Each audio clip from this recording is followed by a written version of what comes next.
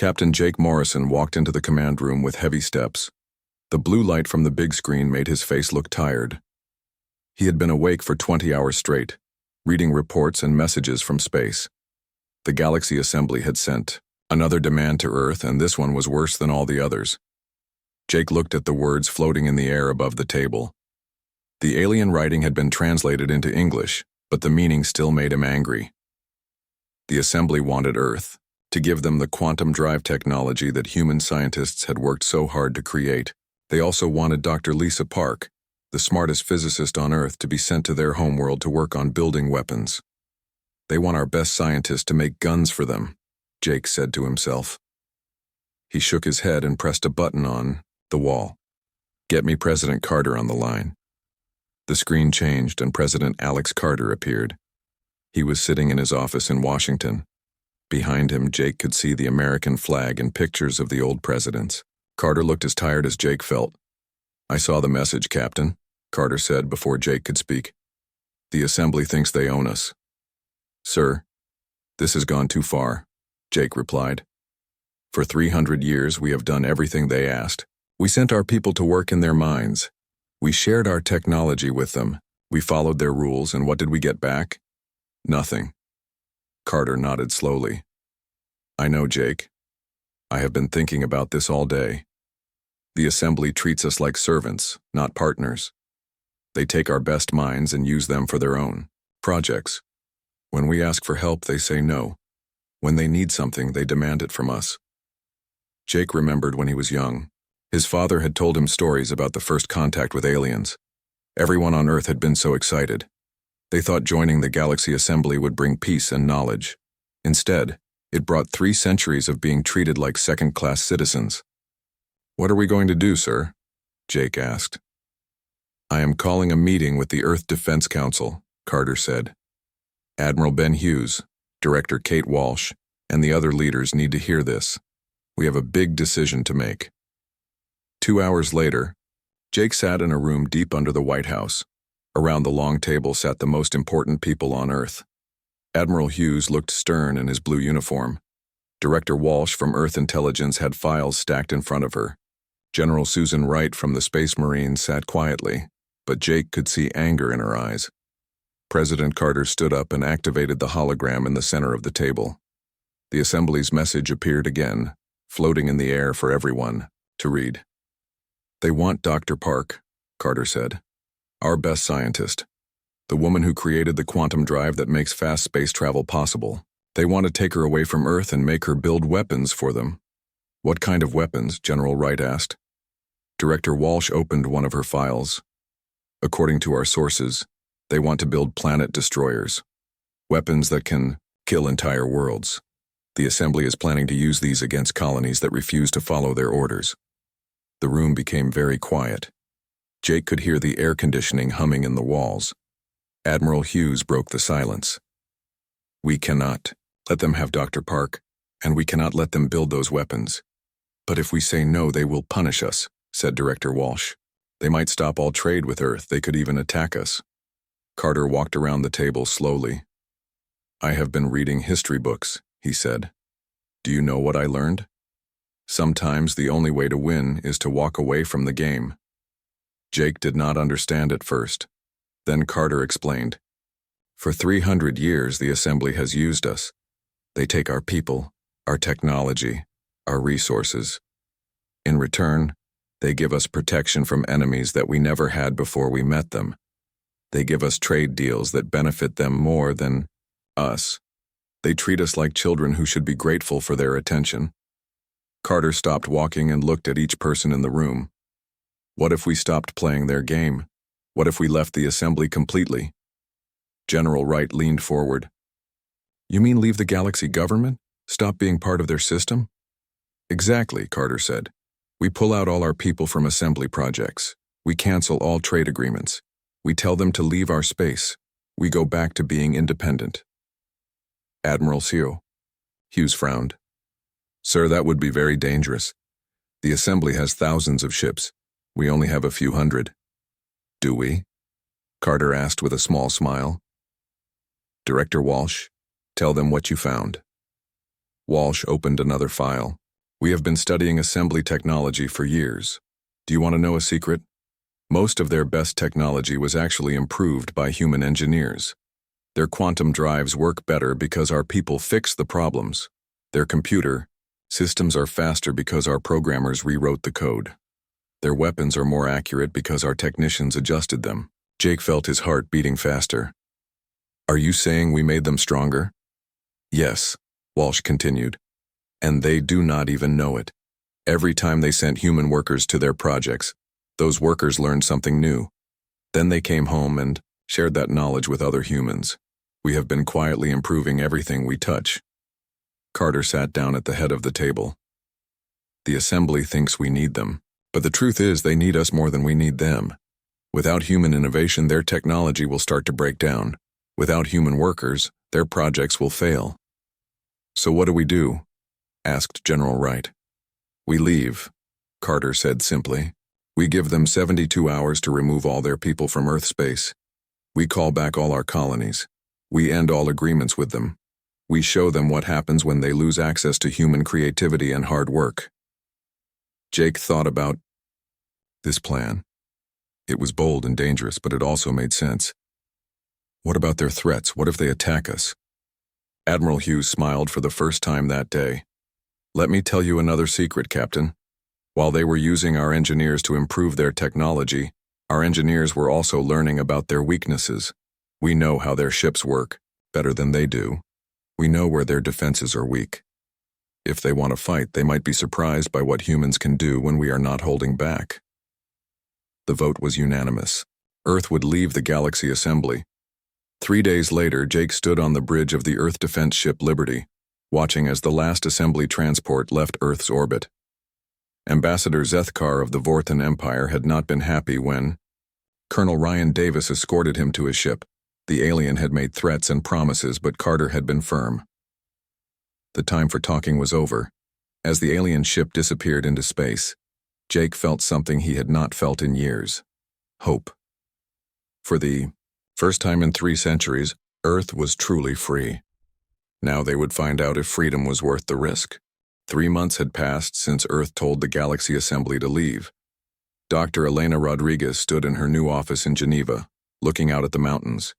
She was now Earth's Minister of External Affairs, which meant she handled all contact with alien species. Her job had become very interesting lately. The first month after Earth's withdrawal had been quiet. Too quiet. The assembly leaders probably thought humans would come crawling back within weeks, begging to rejoin their system. They were wrong. Elena's communication device buzzed. Another message from space. She had been getting dozens of them every day. Now.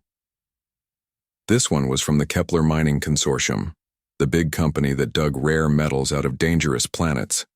The message was short, but desperate.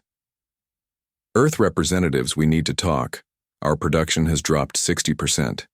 Please, respond. Elena smiled and marked the message as read but did not reply. She had orders from President Carter.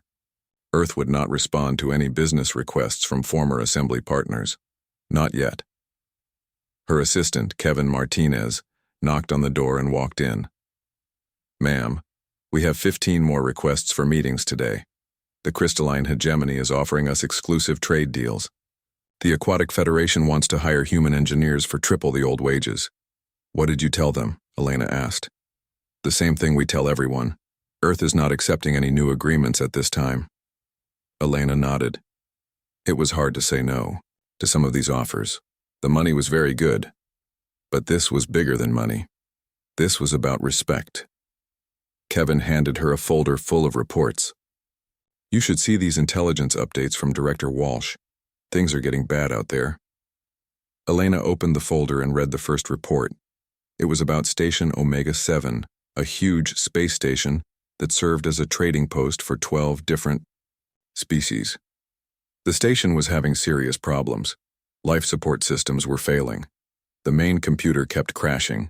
Docking bays were not working properly. The problem was simple. For 50 years, human technicians had been maintaining Station Omega-7.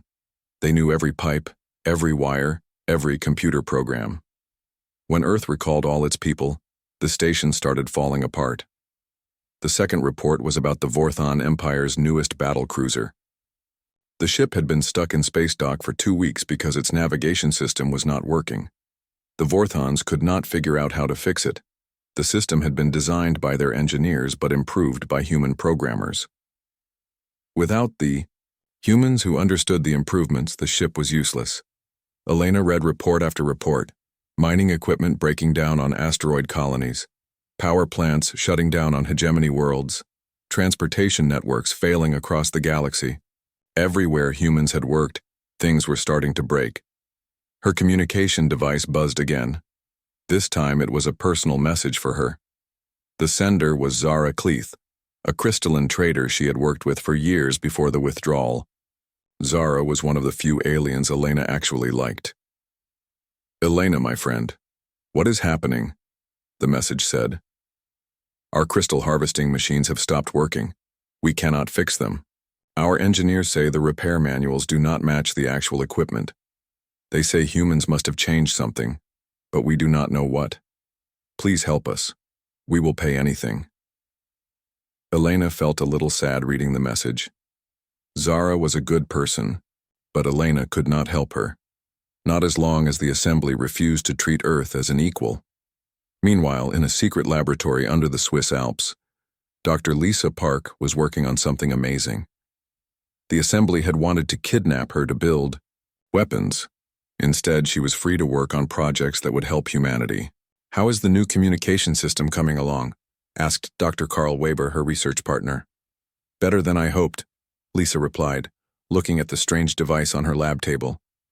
"We can now send messages across the galaxy instantly without using Assembly networks. They will not even know we are talking to our colonies." Carl looked impressed. "The Assembly will hate that. They monitor all galactic communications. They use that information to control trade and politics." "Not anymore," Lisa said with a grin. "Earth's colonies can now talk to each other and to Earth without anyone listening in. We are building our own network." She activated the device and sent a test message to New Geneva Colony, 18 light-years away. The reply came back in less than a second. "Colony Commander here. Communication is perfect. We can barely believe this technology is real. The Assembly's fastest messages take hours to reach us. Yours took no time at all." Lisa and Carl looked at each other and smiled. This was just the beginning. Across space, on Vorthon Prime, Fleet, Admiral Korth was having a very bad day. He stood in front of a large screen showing red warning symbols. Half of his Empire's war fleet was grounded because of technical problems. "How is this possible?" he demanded from his chief engineer. "These ships worked perfectly last month." The engineer, a nervous Vorthon named Yilex, shuffled his feet. "Sir, the human maintenance crews knew these ships better than anyone. They made small improvements over the years. Tiny changes that made everything work better. Now that they are gone, the improvements are failing and we do not know how to fix them." Admiral Korth slammed his fist on the table. "Find the repair manuals." "We tried, sir. The manuals describe the original systems, not the improved versions. The humans never wrote down what they changed. They just kept the knowledge in their heads." On the other side of the galaxy, Commander Nick Thompson was flying his scout ship through empty space near the border between human territory and Assembly space. His job was to watch for trouble, but what he saw worried him. Assembly ships were moving in large groups toward human space. Not attacking yet, but getting into position. Nick counted at least 50 warships gathering near the old trade routes. He sent an encrypted message back to Earth using the new communication system. "Admiral, Hughes, we have a problem. Assembly forces are massing for something big. Recommend we prepare for possible military action." Back on Earth, Admiral Ben Hughes read Nick's message and called President Carter immediately. "Sir, it looks like the Assembly is getting ready to do something about our withdrawal. They probably think they can force us back into line." Carter was quiet for a moment. "Admiral, are our defenses ready?" "More than ready, sir. While they were using our people to improve their technology, our people were learning everything about their weaknesses. If they want to fight, we can give them one they will never forget." "Let's hope it does not come to that," Carter said. "But if it does, make sure Earth is ready." Elena Rodriguez closed her office for the day and walked home through the quiet streets of Geneva. The city looked peaceful, but she knew that across the galaxy things were falling apart.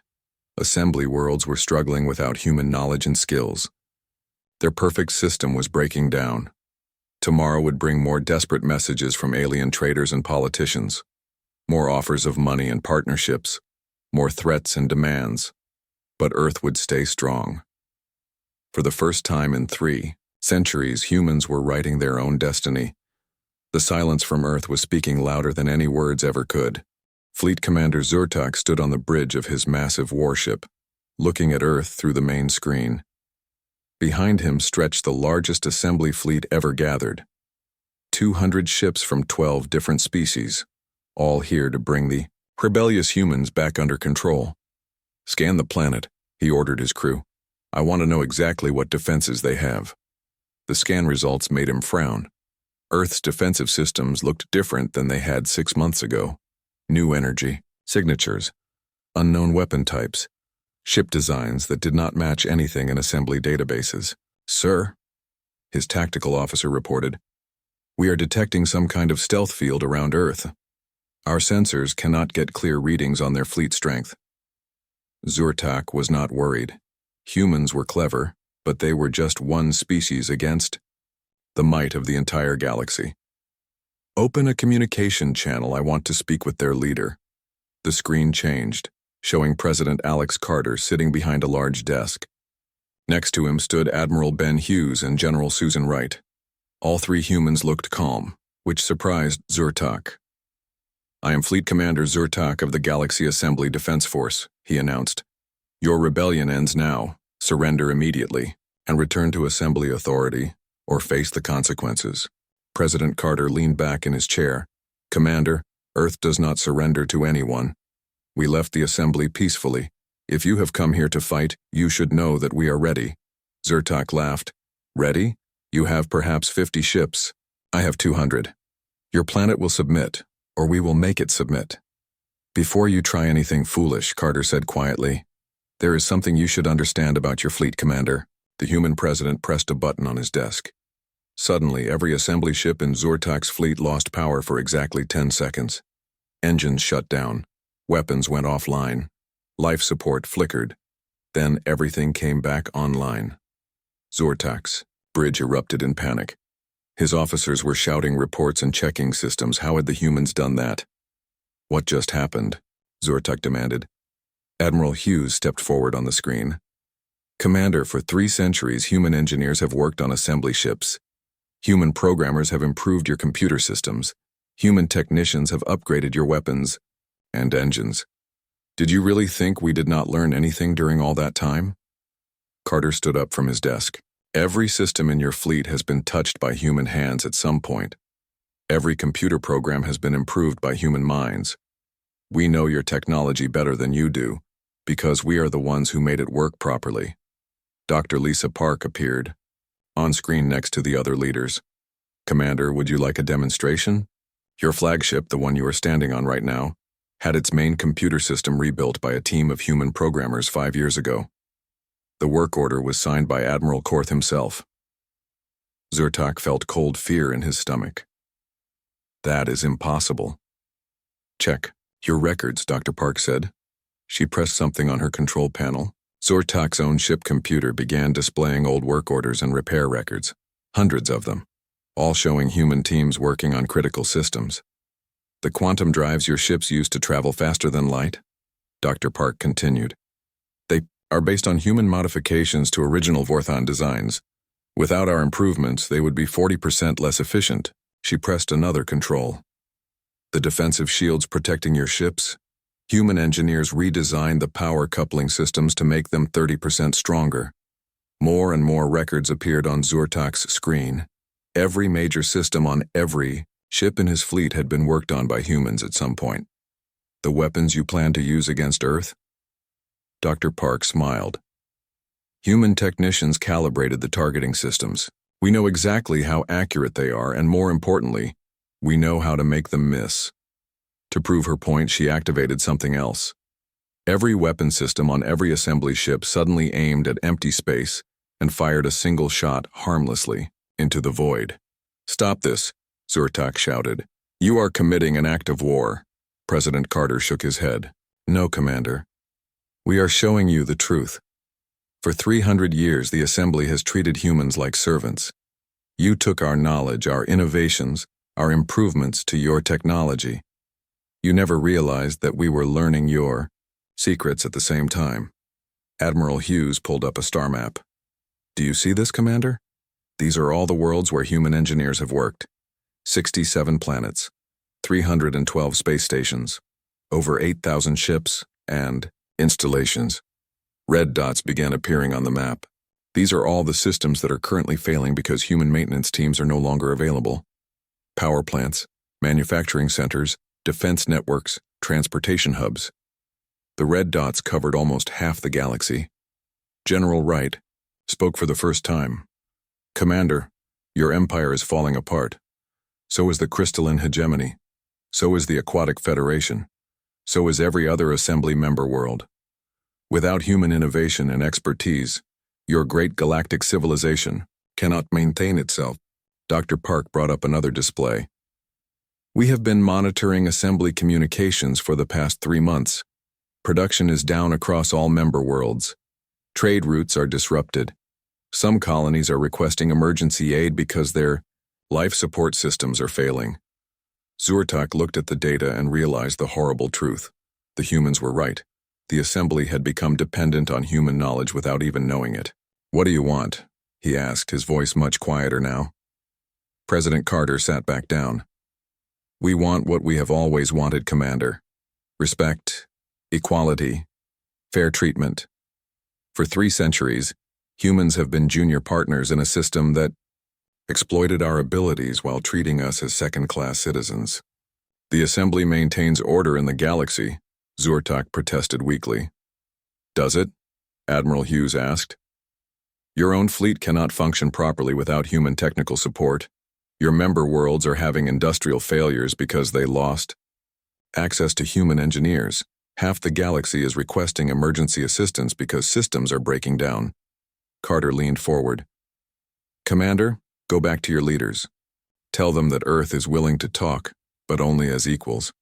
No more taking our people for your projects. No more demanding our technology without fair compensation. No more treating human colonies as sources of cheap labor." "And if the Assembly refuses?" Zurtak asked. Dr. Park smiled again. "Then you can try to maintain galactic civilization without the species that has been quietly keeping it running for 3 centuries. Good luck with that." The communication ended, leaving Zurtak staring at a blank screen. Around him, his officers waited for orders. He looked at the scan results from Earth again. The humans had ships they had never seen before, weapons they did not understand, technology that seemed impossible. "Sir, what are your orders?" his tactical officer asked. Zurtak thought about what he had learned. His fleet was powerful, but every ship depended on human improvements to function at full capacity. Earth knew all their weaknesses and had demonstrated the ability to shut down their systems at will. "Signal the fleet," he said finally. "We are returning to Assembly space." "Sir, what about the humans?" Zurtak looked at Earth one more time. "The humans have already won, officer. We just did not realize it until today." As the Assembly fleet retreated, President Carter watched from his office window. The sky was clear and blue, with no sign of the alien warships that had been threatening his world just hours before. Admiral Hughes joined him at the window. "Think that will be enough to convince them?" Carter smiled. "We just proved that their entire civilization depends on human knowledge and innovation. I think they are going to have to take us seriously now." The revelation was complete. The galaxy had finally learned that Earth was not the weak junior partner they had always believed. Humanity had been the foundation holding their entire system together. Director Matt Barnes sat in his office deep under the Pentagon, reading reports that came in every hour from across the galaxy.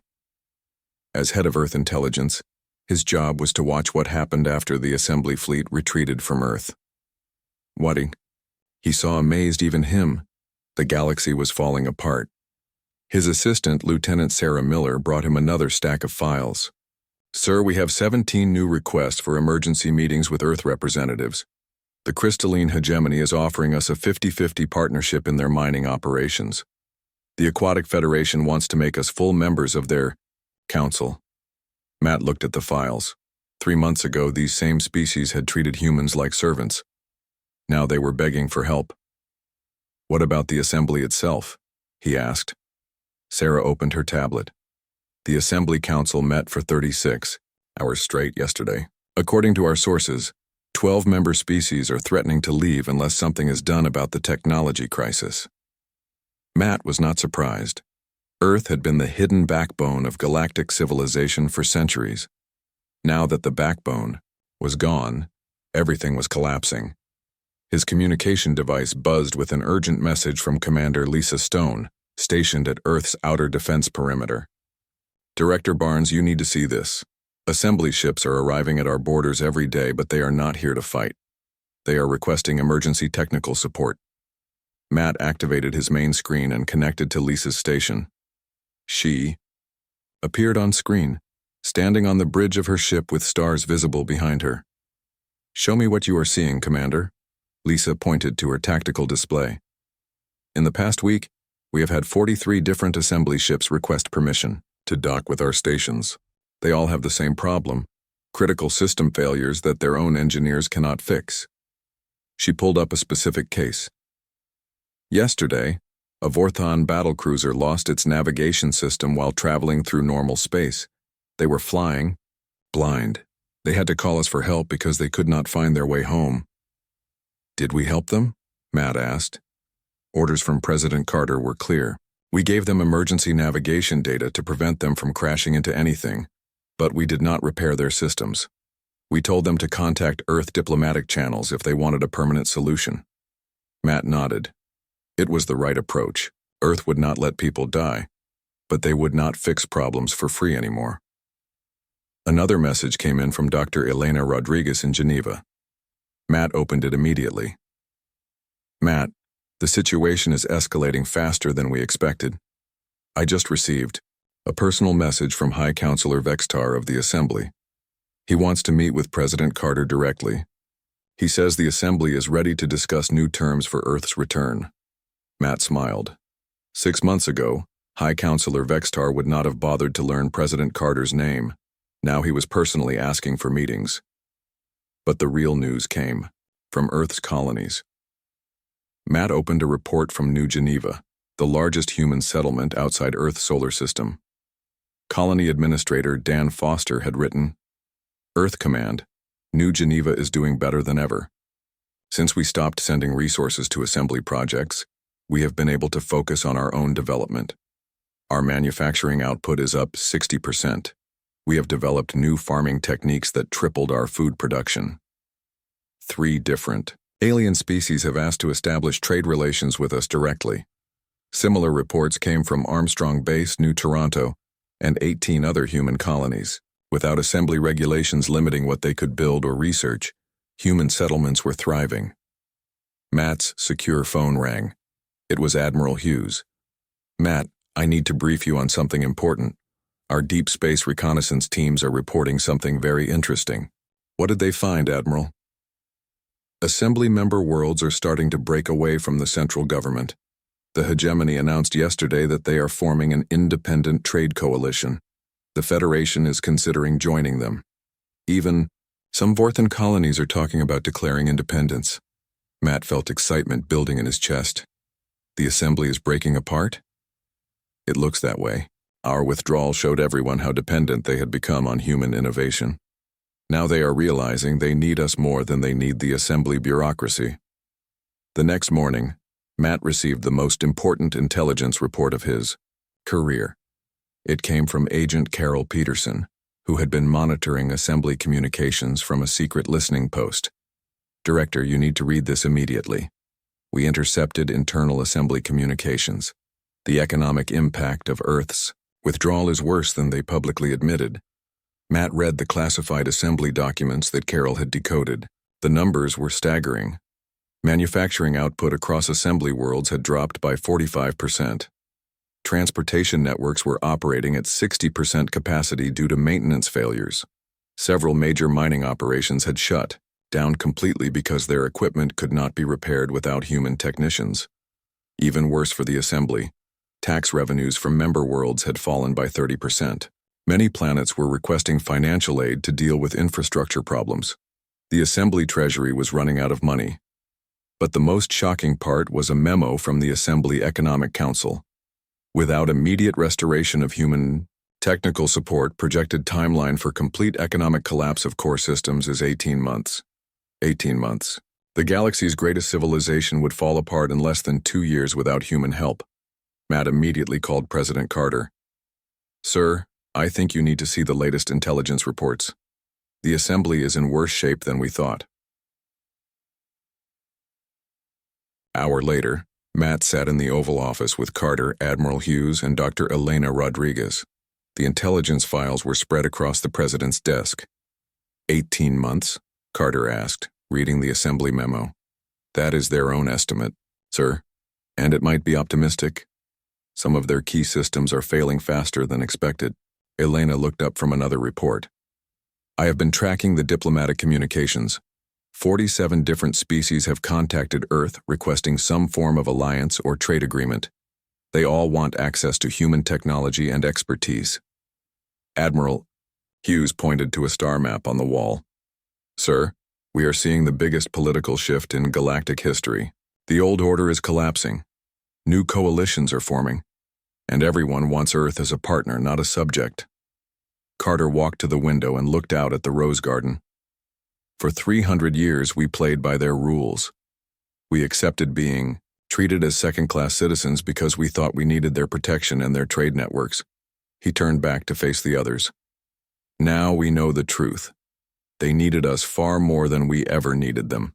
We were not the junior partners. We were the foundation that kept their entire civilization standing." Matt opened his laptop and showed the president the latest updates. "Sir, the situation is accelerating. The crystalline hegemony formally withdrew from the assembly yesterday. They announced they are forming the Independent Worlds Coalition and invited Earth to be a founding member." "What did we tell them?" Carter asked. Elena smiled. "We told them we would consider it, but only if the coalition constitution includes guarantees of species equality and fair representation. No more systems where some species are more equal than others." Carter nodded approvingly. "Good. What about the assembly itself?" "High Counselor Vextar has requested a personal meeting with you, sir. He says the assembly is prepared to offer Earth a full partnership, with equal status to founding members." Carter thought for a moment. "Set up the meeting, Elena. But make it clear that we are not desperate to return. We are doing fine on our own. If they want human participation in galactic affairs, it will be as equals, or not at all." As the meeting ended, Matt looked at the intelligence reports one more time. The galaxy was changing faster than anyone had predicted. Earth's withdrawal had not just caused economic problems, it had triggered a complete transformation of galactic politics. The old assembly system, built on hierarchy and exploitation, was dying. What would replace it was still unclear, but one thing was certain: humanity would help write the rules this time. President Alex Carter stood in the newly built Human Sovereignty Council building in New York. Through the large windows, he could see ships from 43 different alien species parked in orbit around Earth. Each ship carried ambassadors who wanted to meet with humanity's leaders. 6 months ago, these same species had treated humans like servants. Today they were here to ask for Earth's friendship and partnership. Carter walked down the long hallway toward the main assembly room. Admiral Ben Hughes walked beside him, carrying a folder of documents that would change the galaxy forever. "Are you ready for this, sir?" Hughes asked. "As ready as anyone can be to reshape galactic civilization," Carter replied with a small smile. They entered the assembly room, and Carter was amazed by what he saw. Representatives from dozens of species sat in carefully arranged seats. Crystalline beings from the hegemony sparkled under the lights. Aquatic Federation delegates sat in special water-filled chairs. Even proud Vorthons had come to Earth to negotiate. At the front of the room, Dr. Elena Rodriguez stood at a podium. As Earth's Minister of External Affairs, she would present humanity's terms for rejoining galactic society. "Ladies, gentlemen, and honored beings," Elena began. "6 months ago, Earth withdrew from the Galaxy Assembly because we were tired of being treated as second-class citizens. Today, we gather to discuss the future of galactic civilization." She activated a holographic display showing the current state of the galaxy. Many areas were marked in red, indicating worlds with serious problems. "The old system is broken," Elena continued. "The Assembly's hierarchical structure, where some species ruled over others, has collapsed. Production is down across the galaxy. Trade networks are failing. Political alliances are fracturing." A crystalline delegate raised one of her shining arms. "Minister Rodriguez, the hegemony acknowledges that we made mistakes in the past. We are prepared to offer Earth full partnership in our new Independent Worlds Coalition." Elena nodded politely. "We appreciate your offer, Ambassador Krixtal, but Earth's position is clear. We will not simply replace one flawed system with another. If we are to participate in galactic affairs again, it must be under completely new principles." Admiral Hughes stepped forward and took the podium. "Earth proposes the creation of the Galactic Confederation, built on 3 fundamental principles. First, absolute equality between all member species. Second, fair representation based on population and contribution, not military power. Third, voluntary participation with the right to withdraw if terms are not met." The room buzzed with conversations in dozens of different languages.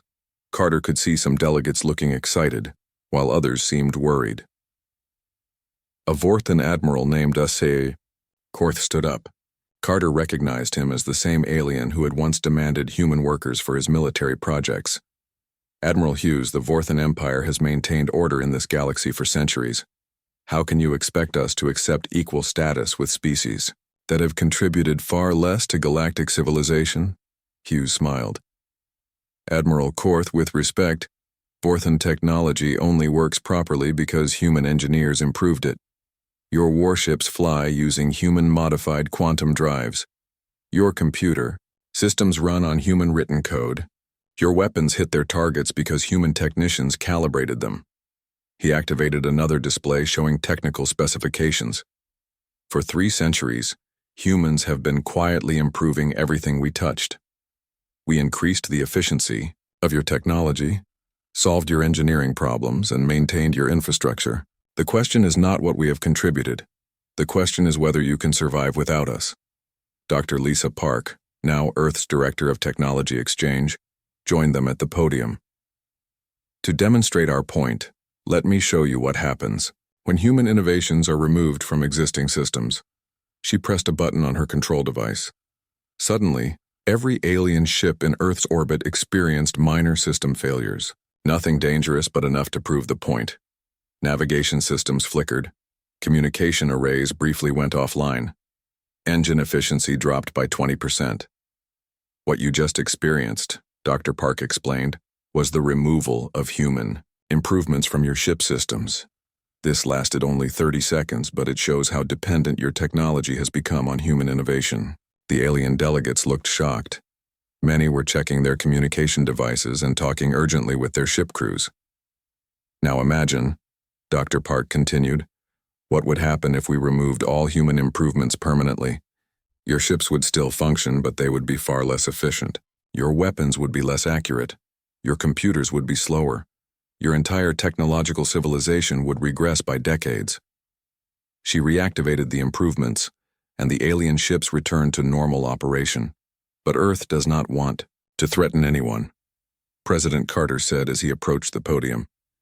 "We want to build something better, a galactic society where every species contributes their unique strengths and benefits from the contributions of others." He looked around the room at all the different delegates. "Humans are good at innovation and problem-solving. Crystalline beings excel at energy manipulation. Aquatic species understand biological systems better than anyone. Vorthans have mastered military strategy and organization. Together, we could create a civilization greater than any single species could build. Alone, Ambassador Zethkar of the Vorthans The same alien who had been escorted off Earth 6 months ago stood up slowly. President Carter, the Vorthan Empire formally apologizes for our past treatment of humanity. We request permission to join this new galactic confederation as equals. One by one, other delegates stood and made similar requests: the Crystalline Hegemony, the Aquatic Federation, the Mining Guilds, the Transport Union. Even several species that had been enemies of each other for centuries were willing to work together if it meant maintaining access to human innovation. Dr. Elena Rodriguez returned to the podium with a thick document. The HFY proposed Galactic Confederation Charter is available for review. Key provisions include equal representation for all member species, fair trade agreements, shared technology development, and mutual defense pacts. She paused and looked directly at the former assembly leaders. Most importantly, the charter includes the right of any member species to withdraw from the Confederation if they feel their interests are not being served. No one will ever again be forced to remain in a system that exploits them. Admiral Hughes added, Earth's colonies will serve as examples of the new system. New Geneva, Armstrong Base, and our other settlements have become thriving centers of innovation and trade since gaining full autonomy. Member worlds of the Confederation will have similar freedom to develop according to their own values and needs. The negotiations took 3 days. Species that had been enemies for generations sat down together to work out trade agreements and defense pacts. The old hierarchy that had placed some species above others was replaced with a council system where every member had an equal voice. President Carter signed the Confederation Charter in a ceremony broadcast across the galaxy. 41 species became founding members, with more requesting to join every day. As the alien delegates prepared to return to their homeworlds, Carter stood again at the windows of the Human Sovereignty Council building. The ships in orbit were no longer symbols of Earth's isolation. They were symbols of humanity's new role as leaders in galactic affairs. Admiral Hughes joined him at the window. Think it will work, sir? Carter smiled. Admiral, for the first time in 3 centuries, humans are helping to write the rules instead of just following them. The galaxy has learned that cooperation works better than exploitation, and if anyone forgets that lesson, he gestured toward the stars, where Earth's new technology and human colonies were spreading throughout space. They will remember that. Humanity has the innovation and courage to walk away from any system that does not serve us. The universe is better when we work together as equals. But it will only stay that way as long as everyone remembers that respect must be earned, not demanded. The galaxy had found its new balance, and at the center of it all, Earth stood not as a subject world, but as the species that had shown everyone else how to build something better.